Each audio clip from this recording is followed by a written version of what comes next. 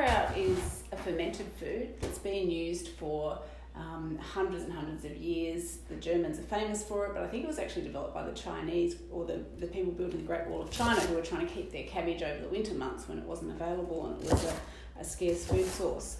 The reason it's come back into favour, I guess, is that it's such a healthy food for our gut bacteria. And the reason for that is that it actually feeds our gut bacteria. It's not only a food for it, but it presents our gut with some extra bacteria, particularly the lactoacidic bacteria, to grow there and create a healthy biome.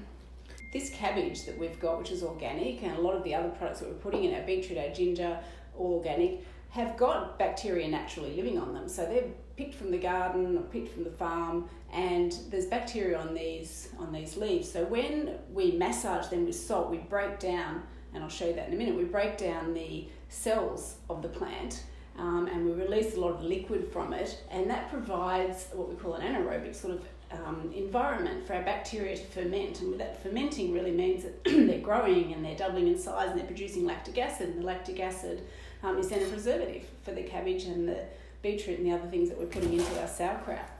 So it's not only a great way to make a lot of these products more digestible. Some people can't digest things like cabbage and onion and garlic and ginger very well, but when they're fermented, they're actually some of the anti-nutrients are broken down a bit, and it also produces some other healthy nutrients from the fermentation process and acids that are really good for our overall health as well.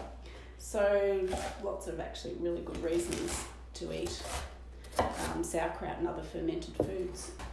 So the different ingredients that we're putting in are all adding different nutrients to the mix. So we're getting, you can see by the colours of them, these are all very rich in polyphenols by the dark colour. Then I've got some ginger and garlic grated up there, which has really strong anti-inflammatory effects. So the nutritive values are really important, but the whole mix of these together are bringing different bacteria in to make this great mix of healthy bacteria that every time we eat the finished sauerkraut, we're getting extra bacteria to build up the biome in our gut, to build up that healthy culture, which then in effect actually reduces the less friendly bacteria that we may become exposed to. It's really important with sauerkraut to buy organic or biodynamic produce too, because you want to really not wash it too well before you use it. You want to get a lot of the bacteria that's coming from the soil and from the environment that it's grown in. So you don't want to have a whole host of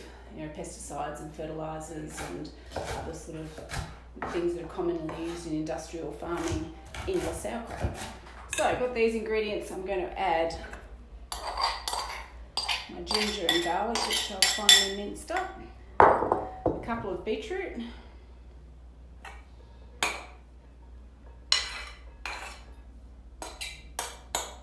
and then finally fresh rosemary and thyme, which I'm very proud to say I actually grew in my own garden. And then, now that I've made a nice mess, the final thing we're adding is some salted sea salt. And then, that's where the fun begins. Make sure your hands are clean, because they're not the bacteria that we want in here. Great thing to get kids involved in, actually, doing this. Not only the learning how to make it, but just to get your hands in and feel the fresh food. When we make this and we massage it all together, the water's got to cover the sauerkraut.